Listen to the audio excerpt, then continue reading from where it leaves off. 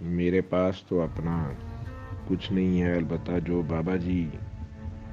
نے کر کے سکھایا ہے، آپ کے نانا دادا کا سبق جس طریقے سے انہوں نے کر کے سکھایا ہے، انہوں نے کبھی کہا نہیں آئی لو یو، لیکن وہ کرتے تھے، کر کے دکھاتے تھے، تو پتہ چلا پیار کیا ہوتا ہے، پیار کرنا کیا ہوتا ہے، کیسے کرتے ہیں پیار۔ لوگ کہتے ہیں پیار کوئی کرنے کی چیز ہے، یہ ہو جاتا ہے یا جی آ جاتا ہے، ساری باتیں ٹھیک ہیں، ہو جاتا ہے یا آ جاتا ہے، لیکن پھر بھی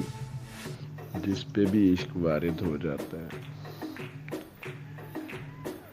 پھر وہ تو نہیں رہتا، پھر خود عشقی ہوتا ہے اور وہ اپنا آپ ثابت کرتا ہے اور آج تک کر رہا ہے۔ تو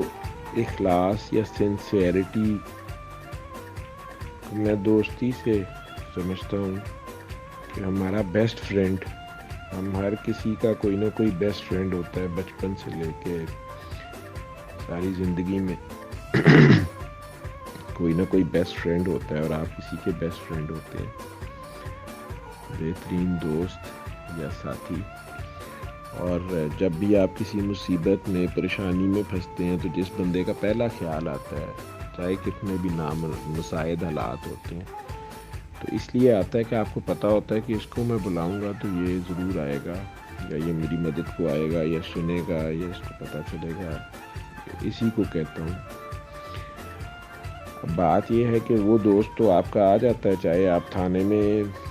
جعلی پرچے میں اندر ہوتے ہیں، غلطی سے ہوتے ہیں، کہیں زخمی پڑے ہوتے ہیں، کہیں ہاسپٹل میں ایڑیاں رگڑ رہے ہوتے ہیں، کوئی پیسوں کی کمی ہوتی ہے، کوئی عزت بچانے کا ہوتا ہے، تو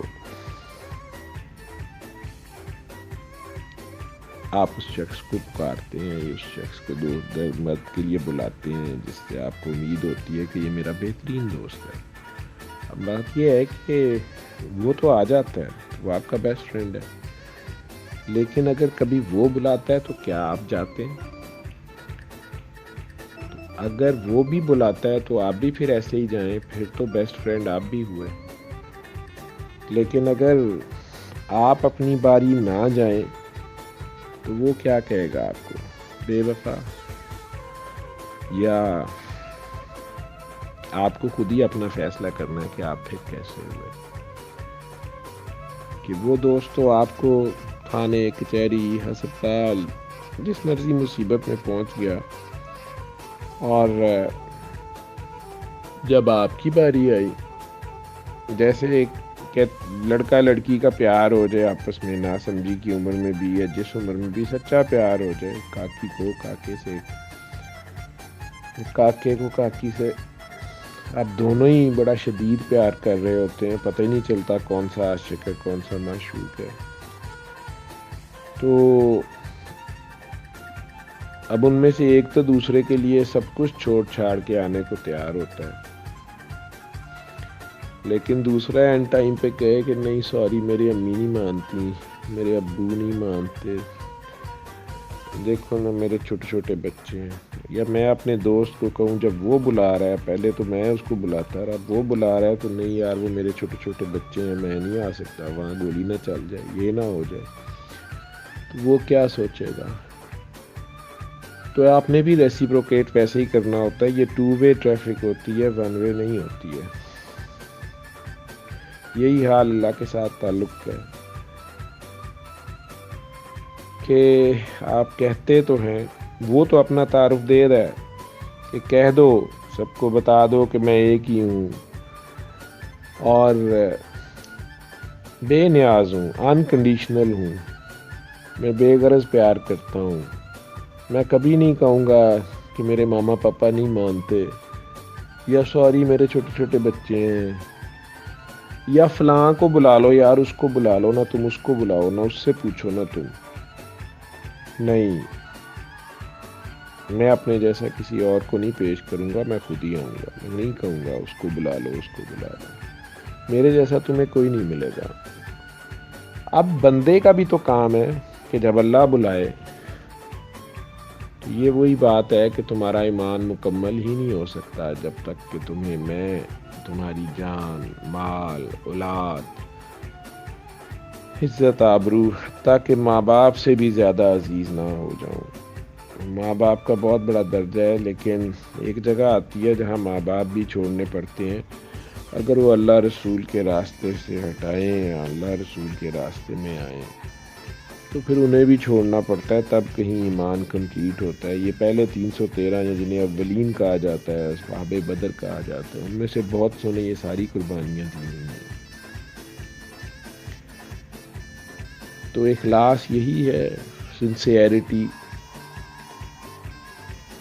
اور یہ 2 وے ٹریفک ہے، 1 وے نہیں ہے۔ مجھے یہی سمجھ آئی ہے، جب اللہ کی باری آتی ہے، جب وہ پکارتا ہے تو اس وقت ہم کہتے ہیں نہیں۔ جب ہم پھنسے ہوتے ہیں کہتے ہیں معافی دے دے، معافی دے دے، آئی ایم سوری، بس تو غفور ہے، تو رحیم ہے، تو کریم ہے، تو رحمان ہے۔ اسے اپنی مخلوق سے 70 ماؤں سے زیادہ پیار ہے، تو وہ جب اس کی مخلوق سے کوئی غلطی ہو جاتی ہے اور آپ کے ہتھے چڑھ جاتی ہے، اب آپ نے معافی دینی ہے یا عدل کرنا ہے، وہ کہہ تو رہے اچھا یار تھپڑ کے بدلے تھپڑ ہے، اس نے ایک تھپڑ مارا ہے، تم پھر ایک مار لو تھپڑ، لیکن آپ تو غصے میں ہڈیاں ہی توڑنے پہ تیار ہو جاتے ہیں۔ یا جان کے بدلے جان ہے تو آپ کہتے ہیں نہیں میں پورا خاندان ختم کر دوں گا۔ تو وہ پیار سے کہہ رہا ہے کہ ہاں یار عدل کے بدلے عدل ہے، لیکن اگر معاف کر دو تو یہ احسان ہے اور میں پھر تمہارا احسان مند ہی رہوں گا۔ تو اگر مجھے تم سے پیار ہو جائے گا، ان اللہ یحب المحسنین،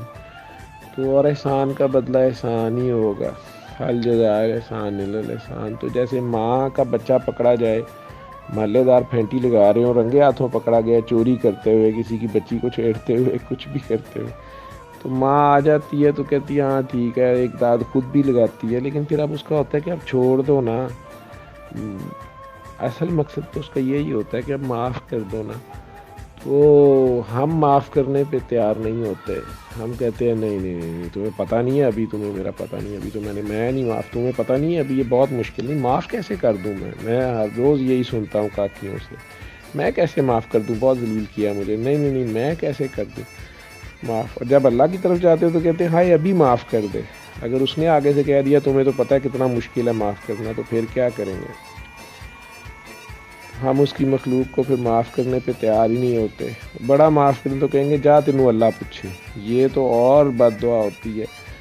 کہ آپ نے اللہ کی عدالت میں مقدمہ لگا دیا کہ اللہ میاں آپ اس سے عدالت لگائیں، آپ اس سے انصاف کریں۔ نہیں نہیں، اللہ سے دوسروں کے لیے بھی کرم مانگو، رحم مانگو، فضل مانگو۔ دیکھو شیطان کہتا تھا میں آدم کو دوزخ میں لے جاؤں گا، نبی کریم صلی اللہ علیہ وسلم کہتے ہیں میں نے سب کو بچانا ہے۔ وہ دوزخ کے گول کیپر لگے ہوئے ہیں، اور ہم شیطان کی پارٹی میں شامل ہو کہتے ہیں نہیں میں نے بدلہ لینا ہے، میں نے چھوڑنا نہیں ہے، میں نے اس کو دوزخ میں ہی پہنچانا ہے۔ تو ایک بھی دوزخ میں چلا گیا، یہ اون گول ہو گیا نا، آپ نے اون گول ہی کر دیا۔ آپ کس کی ٹیم میں ہیں یہ فیصلہ کریں نا آپ۔ سرکار دو عالم تو پتھر کھا کے، گالیاں کھا کے دعائیں دے رہے ہیں۔ مولا حسین نے یہ سارا سورہ اخلاص ثابت کر دی ہے کربلا میں۔ انہوں نے نہیں کہا ہائے میرے بچے، انہوں نے نہیں کہا ہائے میرے باپ دادا، انہوں نے کچھ نہیں کہا، انہوں نے جان، مال، اولاد اور عزت آبرو، یہ دنیا کی عزت آبرو دنیا کے حوالے کر دی ہے۔ پکڑو یہ رکھو یہ تم لوگ، اگر اس کو سمجھتے ہو عزت آبرو، یہ تھوڑی عزت آبرو ہوتی ہے۔ عزت آبرو وہ ہوتی ہے وَتُعِزُّ مَن تَشَاءُ وَتُذِلُّ مَن تَشَاءُ۔ جنہیں اللہ نے اونچا رکھا ہوا انہیں کوئی نیچا نہیں دکھا سکتا، وہ اونچے ہی رہیں گے، اور جنہیں اللہ نے نیچے رہنے کا کہا تھا ان کا کام تھا وہ نیچے ہی رہتے۔ بعد میں بھی تو سر نیزے پہ اونچا کر کے خود اونچا کرتے رہے اور قرآن سنتے رہے، قرآن تو ان کے سامنے تھا۔ بہرحال جب وہ موقع آتا ہے تو اس وقت ہم وحشی ہو جاتے ہیں۔